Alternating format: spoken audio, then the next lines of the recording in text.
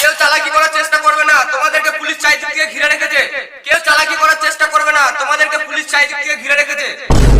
এই মানে পুলিশ?